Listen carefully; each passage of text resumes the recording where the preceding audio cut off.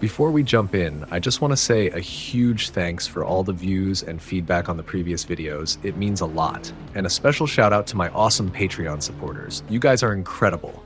Sorry for the bit of a delay on part 3, been juggling a few things at once, but we're back on track now. What's up, awesome people? Faye here, and welcome to part 3 of the Car Immersion Enhancements tutorial series. If you've been following along with parts 1 and 2, I hope your cars are looking slick and you've had some fun experimenting with the mods we've covered so far. For those of you who are brand new, no worries, you're in the right place. Feel free to check out the earlier videos to catch up on the basics and avoid the what am I doing moments. For my returning modders, keep those notepad windows open because we're about to jump into some more juicy customizations. We're going from underglow lights to immersive audio in this one. And trust me, by the end of it, your car is going to feel even more alive. Grab your coffee or energy drink and let's get tweaking. All right, let's hop in the time machine and head back to the early 2000s when tuner cars lit up the streets with those flashy underglow lights. We're kicking things off with the basics here, just enough to get you familiar with how this works. Once you've got that down, you'll be able to customize and apply the underglow based on the exact dimensions of your car. No sweat. For this part of the tutorial, we're keeping it simple. Grab the left light code from the Static Underglow Light section. This will be our starting point. Once you've copied that, go ahead and paste the code into your car's config file and save it. The position of the underglow is controlled by two parameters, line from and line to, both using X, Y, Z coordinates. Notice that in this case, the X values in both line from and line to are the same. That locks the light to a specific position on the car's width. The Y value represents the height, so keeping it the same ensures the light doesn't randomly float up or down. But check out the Z values. Line from has a positive number while line to uses a negative number. The Z-axis here controls the direction from front to rear.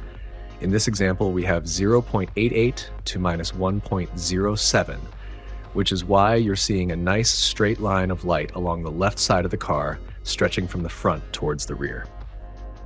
Now, let's talk about how you can tweak the light's position. If you reduce the X value, the light will shift to the right, and increasing it moves the light to the left. Since this underglow is placed on the left side of the car, lowering the X value will actually push the light further inward underneath the car. And as it moves inward, you'll notice the light dims a bit too. Makes sense, right? To adjust the brightness more directly, you can tweak the spot parameter, which lets you control how intense or subtle the light looks. But that's not the only option. The color parameter has two functions. It not only changes the color of the underglow, but also affects the brightness or intensity of the light. So you've got multiple ways to fine-tune things. I've added hints for other parameters in the code as well to help you understand their functions. So go ahead and experiment. Adjust the position, tweak the values, and make the underglow fit the style you're going for. Once you're happy with how the left side underglow looks, adding it to the right side is a breeze. All you have to do is copy the modified left light code, paste it right below, and rename left to right.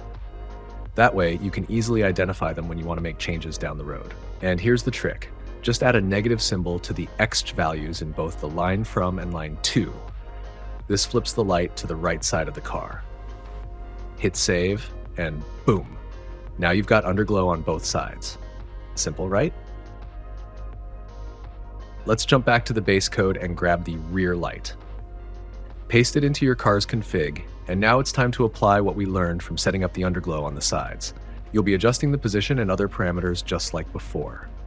Here's a quick tip to make positioning the rear underglow simpler. For the rear lights, the X values in line from and line to will have one positive and one negative value. This setup ensures that the light spreads evenly from the center, stretching from left to right. Easy, right? Now for the Z values, you'll notice they'll have a larger negative value to pull the light towards the back of the car. As for the front underglow, it's essentially the same as the rear setup, except that the Z values will be positive to move the light forward. And that's a wrap on the basics of underglow lights.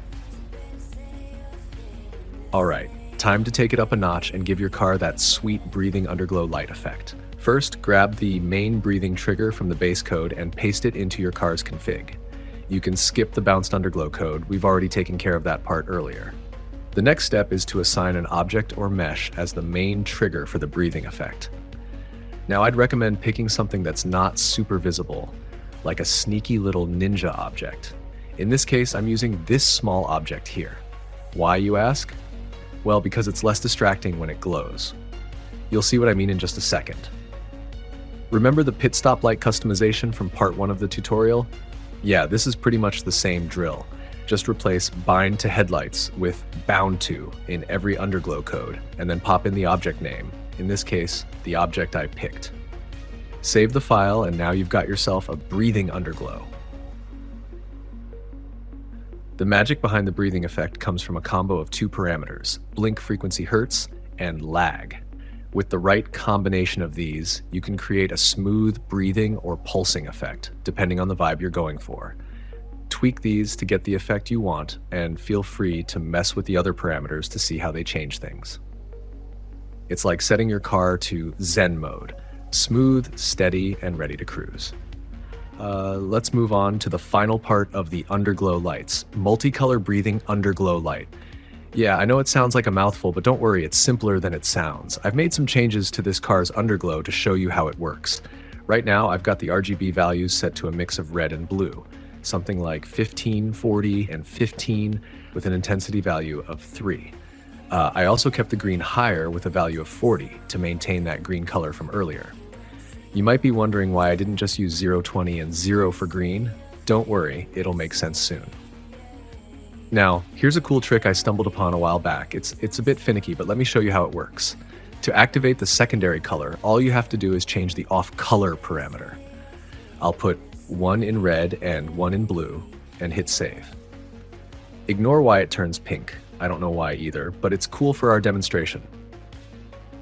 See what happens if I set the red value in the bounced color to 0. The pink fades away and turns blue instead, even though the secondary color, pink, stays the same. It's a little quirky, but once you get the hang of it, it's pretty fun to play around with. So yeah, mess with these color combos and see what cool effects you can come up with. Next up is the endurance light. This is an interior light typically used in endurance racing to illuminate the cockpit during those long dark night stints.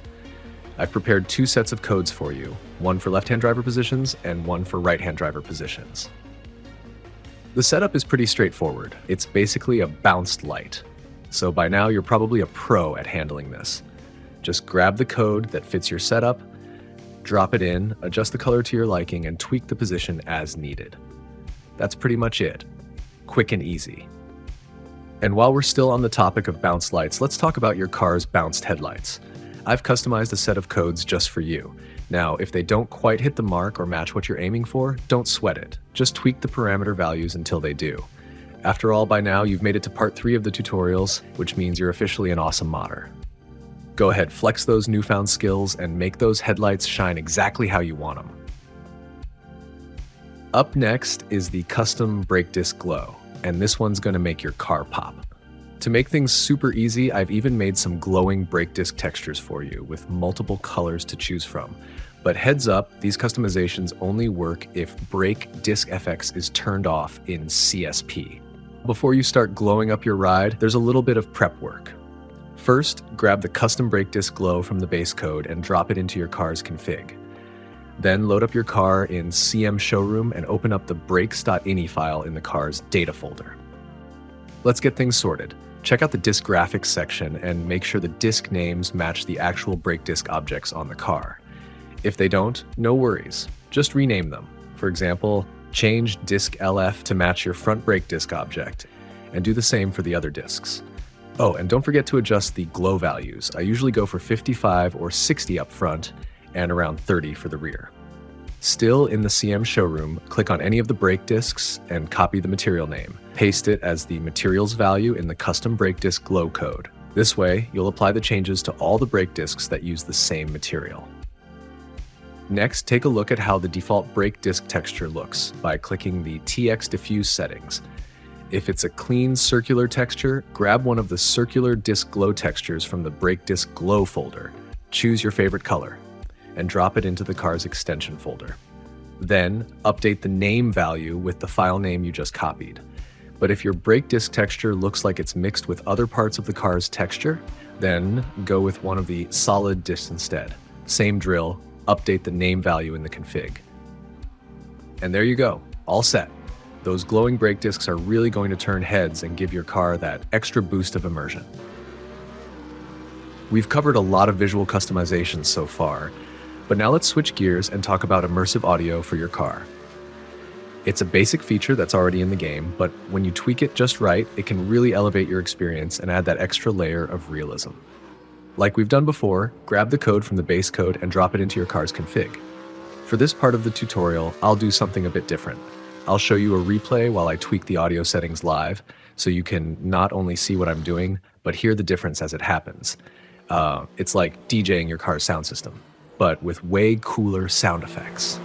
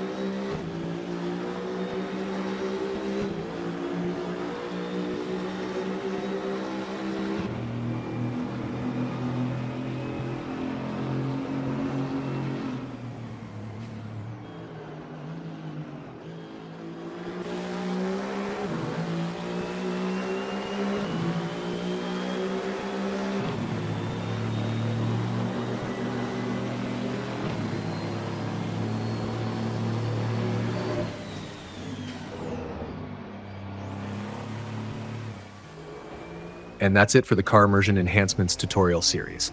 Huge thanks to all of you for watching the 3 parts. I hope you've had as much fun modding as I've had putting these together. Don't worry though, this isn't the end of the road. The base code and the necessary files will be regularly updated so you can keep fine-tuning your setups as we go along. If you enjoyed these videos, don't forget to hit that subscribe button, give it a like, and leave your feedback in the comments. And if you want to stay in the loop, check out the community tab on my channel for updates and sneak peeks of what's coming next. Also, if you'd like to support the channel, head over to my Patreon. It's free to follow, but any form of support is greatly appreciated. You'll find all my tutorials and mods available for free, plus you'll get early access to future videos and content. So keep your car cool, keep those mods rolling, and most importantly, stay awesome.